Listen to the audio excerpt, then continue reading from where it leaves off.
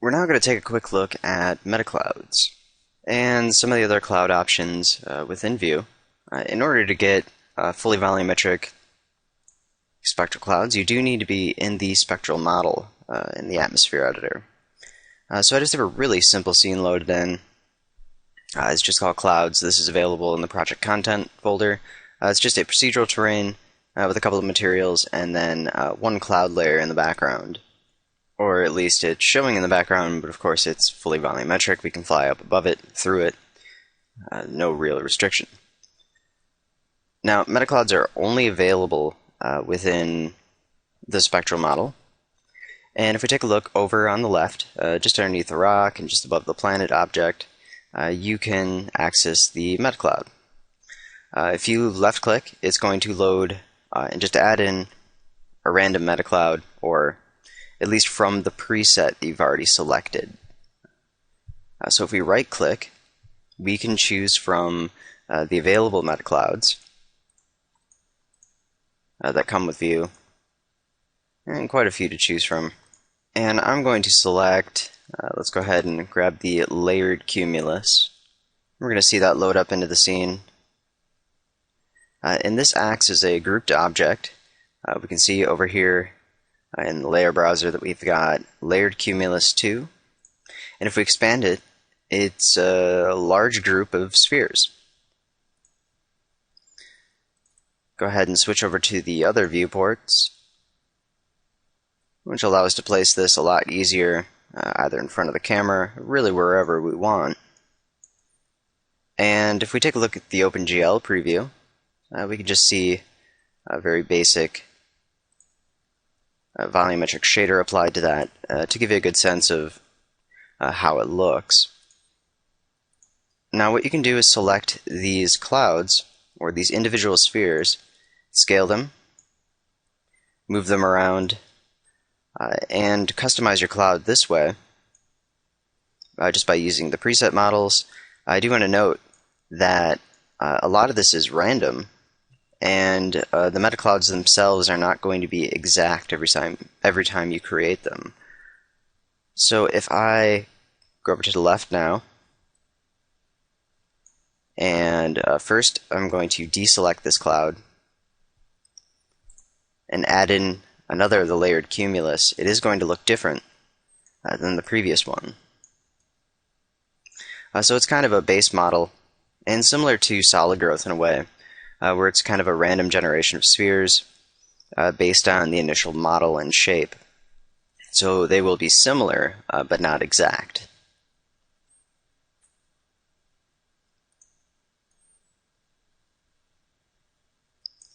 So these allow you to really shape out clouds. And I do want to note that you cannot add additional objects to these except using the add geometry option. We can see we can add another Metacloud primitive. And this option is only available when you're editing the cloud. So we can add an additional primitive, and now we can create more spheres to modify, edit. And it appears I am unable to rotate and modify this. I'm going to go ahead and load in a different model. Use the dark and rough. And it looks like at the moment possibly there's a bug causing me to be unable to kind of skew this. Normally you can scale it in any direction. And then, of course, rotate it, modify it however you want. Looks like this is probably just a system problem. So on your system, you should be able to modify these a little bit better than just a regular scale and move option. So you should be able to rotate them and perform additional actions. At the moment, it looks like only the group can be modified that way. But these materials are volumetric. If we open up the cloud material, we can see volumetric material is checked, and we have cloud settings. These are going to be very similar to the ones available within the atmosphere editor and the different cloud options.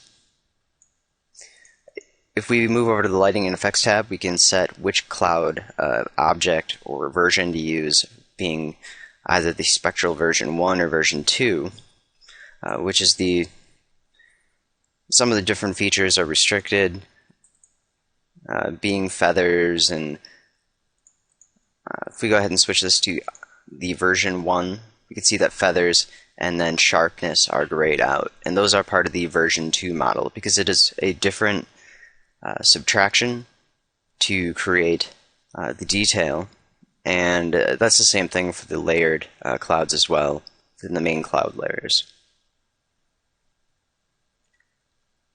And I want to note that the origin of the material is pretty much a null value. Even though we are in a world standard mapping mode, to maintain cloud shape when you're moving around the object, it really is more of an object standard mode, and the origin of the material does not change, at least not in this version. Possibly with the next update or next major update, maybe 8.5, that's going to be allowed. But at the moment, through 8.0, origin of the material will not change the position of the internal details or fractal run by the density. So you can modify these clouds and materials even further by adding nodes to the density output, and then that controls an overall density, and from that areas are subtracted based on the detail settings. You can also adjust the shadow density, ambient lighting. It's really just like editing a cloud layer, but depending on your settings for density, sometimes what will happen is you'll have sort of spherical looking shapes that match a little too closely to the objects themselves, which is why a lot of the materials or a lot of the Metaclouds have a lot of different spheres, so that it matches a little bit better with the scale of the material. So you can change the scale. We could cut it down to half, 0.5, and modify that, bring it down a little bit more. We can also load in additional clouds. So if we take a look to load in a material, there is a special Metacloud material folder, and we can see there's quite a few to choose from, and it will note whether it's using the Spectral 2 model, or if it doesn't say it, or specifically note Spectral 2, it's typically Spectral 1. Although, if I load in this case a Spectral 1, we can switch that over to a version 2, but sometimes what needs to be changed is an adjustment on some of these settings in order to get it to work correctly, because it's not as controlled by the density as the Spectral 1 is, so that makes a big difference. We can also edit the color of the cloud. Let's go ahead and make it more blue, do a quick preview render. And as you can see in this case, because of the way it was modified, it's very spherical looking. So sometimes sticking with some of the presets and the specific model to the type you're working with can end up being a little bit better. Lighting. And this affects both the layered clouds and also Metaclouds. And it's the ability to light clouds with other lights than just the sunlight. So I'm going to add in just a point light. You can see all of the different lights available here. Point light is going to be the first one. I'm going to increase the power to, let's go ahead and do 5,000, make it really bright, and change the color to red to make it a little more obvious. And if we switch over to the 4 viewports, I'm going to move this into the cloud layer so that we'll be able to really see it. And I also need to increase the cover of our cloud layer to have something to be impacted. Now if we take a look with the point light selected up in the aspect tab, what we can do is choose the middle button, which is to affect spectral clouds. This will allow us to use this light to lighten them and also darken them. So any light in the scene can be used in this way. So now we can see that red showing up on these clouds. So that's a really cool technique. There's no limit to how many lights you can use for it. And like I was also saying, there is the ability to use a negative value. So negative lights are possible, and it will subtract. And in this case, it's going to reverse the color and do more of a hue shift. Once the values really get really down to the negatives, you'll start to see more of an impact of a subtraction of light. So if you're using a light gel on, say, a spotlight, you could also shine shapes or objects, outlines onto different clouds.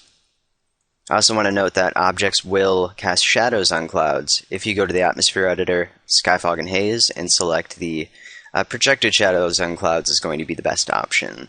Volumetric sunlight takes a little too long to render, and the quality from projected shadows is sometimes better.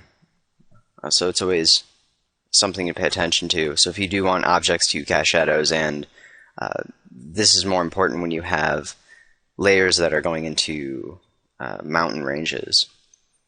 So we'll take a look at a quick modification to the scene where I'm going to really intensify the height of this terrain in order to get the clouds to intersect with some of the higher peaks. And go back to the atmosphere editor, increase the cover of this cloud layer, maybe raise the height up a bit. We'll just do a quick render, take a look. So even just this preview render, we can see without having any shadows, there are no interactions really with this terrain. So it's there within the terrain and the peaks, but it doesn't quite look right. So we're going to go over to the atmosphere editor, change sky, fog, and haze tab, going to projected shadows on clouds. And I'm going to start to render out this preview, and we can already see the darkened area around the back of the mountain peak where it's going to project the shadows from this terrain onto the clouds. And this will render fairly quickly. I also want to note, if you take a look at this cloud layer, what you can see are a lot of little spikes kind of sticking up. If this becomes problematic for the cloud layer you're working on, this is caused by, if we go to the atmosphere editor, look at the cloud layer, the altitude variation. Altitude variation will kind of pick out certain areas of the cloud and kind of pop them up into the air, and it does have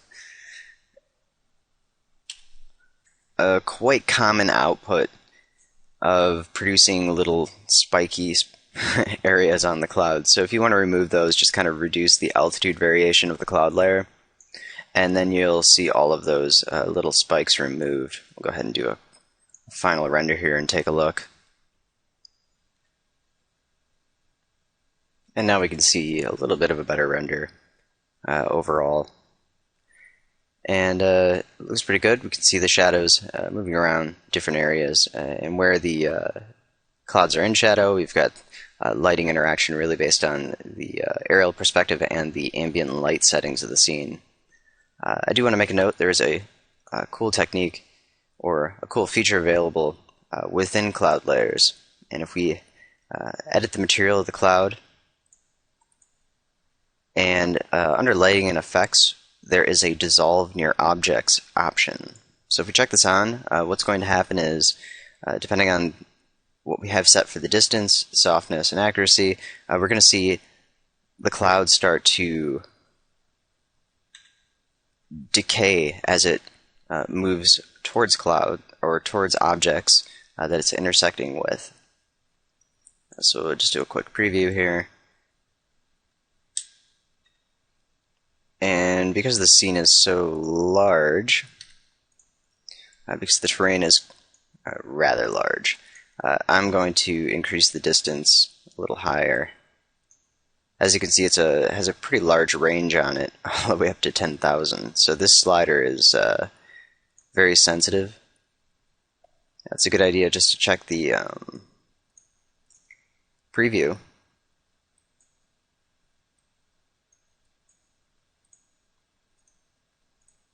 Just to kind of see ahead of time what it's going to look like. And I'm just going to do a quick preview render and see if that looks a little bit better.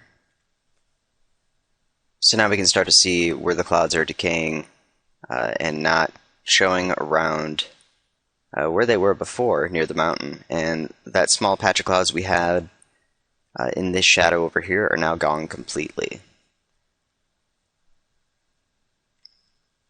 And this effect uses the distance to object below, which is available anywhere in the function editor as an input node. So that kind of an effect can be carried out throughout the program on any material or anything relying or that can be connected to a function. So although this is an internal calculation, if we wanted to control it manually, we can add, in this case, it's not allowing me to add in that input node. And some areas of the application, you'll find that some of your typical inputs and outputs are not available. Normally, you can grab an input from a different source. So let's go over to the material for the terrain we have, add an input node, and then we can choose distance to object below, copy it, Control-C with it highlighted, and paste it into this function. So we should be able to subtract different areas. This is a number output, so you should be able to define and use a subtraction based on the distance to object below. Although some of these options are not available and inputs are not available, it is often possible to still use some of these nodes in different parts of the application, even though they're not directly available.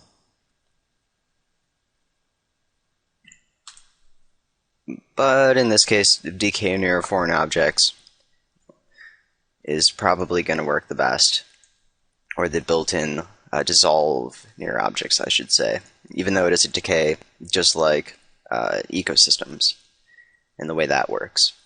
I want to make a note about animation, and that is pretty much everything in Vue is animated, or can be animated, which is pretty nice. And this applies to everything we see in the atmosphere editor. So I'm going to hit F11 on the keyboard, and this is going to open up the animation wizard by default. I'm going to select not to display this when I hit F11 to open the timeline. And now we can see timeline showing on the bottom. And basically all of these options can be animated over time. So what I can do is drag the slider over to, let's go to 4 seconds, raise the altitude, and it's going to ask me, do I want the atmosphere to become animated? And say yes. So now the altitude of the cloud layer is raising up over these 4 seconds. And we can see that slider moving dynamically as I scrub through the timeline. We could also increase the height. Let's go ahead and type in 2 kilometers. So now over this animation period we have them raising up and then also getting taller and climbing higher into the atmosphere. So we could also adjust the cover. We reduce the cover, and I have auto keyframing on, so everything is pretty much going to be automatic. And if you want to make any additional keyframes in between, you can just change the settings. There's also a cloud animation box that we can see for each layer. And what you can do is define the direction of which the clouds will be traveling. And then there's a velocity and rate of change. For standard animation, if you want just a realistic cloud movement that is not a time lapse, use a very small amount for both of these. Usually just under a value of 1. Well, technically it goes up to 2 for velocity and 2 for rate of change. So it would be around a value of 0.1, 0.2 can be realistic. Usually a little bit lower works out pretty well. Rate of change, you would normally want to be slightly higher than the velocity to create a realistic movement. And this ties directly into the lighting and effects of the material and changes the velocity of the material origin. And these options do not need to be keyframed. Velocity of material origin is constant unless defined otherwise. So if we did want the value to change over time, we can scrub to different keyframes and do that. Otherwise, it does remain a constant value and does not need to be keyframed. So anytime you have a velocity of rate of change, it's an automatic animation, so you don't need to worry about setting up any sort of keyframes. This also applies to sun settings and anything like that. So we could have the sun lowering in the sky, almost down to a sunset. So starting a little higher, and then we can animate, move that down. So there's a lot of control that way, and moving directly into the function itself, the cloud layer, allows us to animate even further. One of the inputs is time, which is a number output, and we can also connect this to graphs in the scene, add input external dependency, which allows us to connect to object graphs and other objects in the scene. So if we wanted to control the position with an object position, let's say we add a sphere to the scene, we could select that object, select the position, and connect it to that. Move it around in the scene, that controls the animation. Unfortunately, these values and sliders cannot be controlled within the function editor, not easily anyway. It is possible to create a density that raises up, lowers, and in that case you would have to open up the height and the altitude a very large amount, and then just control the density internally within the function editor. So leaving all these open and then controlling within the function. But sometimes it's a little more work than is really needed. And at any time you can forbid atmosphere animation, and now nothing should be animated. Although it does look like the sunlight is still animated, but may not be tied into that directly. So that may not forbid the sunlight from changing, but it will remove all the other keyframes temporarily and not display them. And if you want to do a preview render to see what it looks like, you can right-click to open your preview option, set up your frame rate, the scale of the preview size, and then your render mode.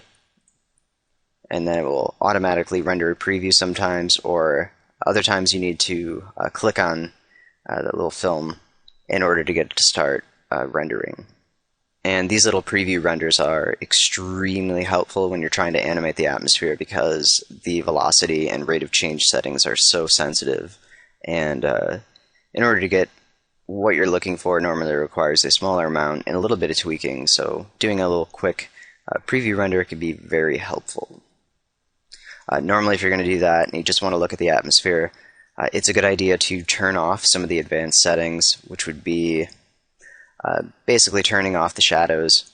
Unless you're specifically looking at shadows on the clouds, you can just turn off and say no shadows on clouds. That'll help it render a little faster. So anytime you're doing any sort of preview, you can get rid of that. You can sometimes remove the fog and haze, a little bit of the aerial perspective, just to focus on the cloud animation.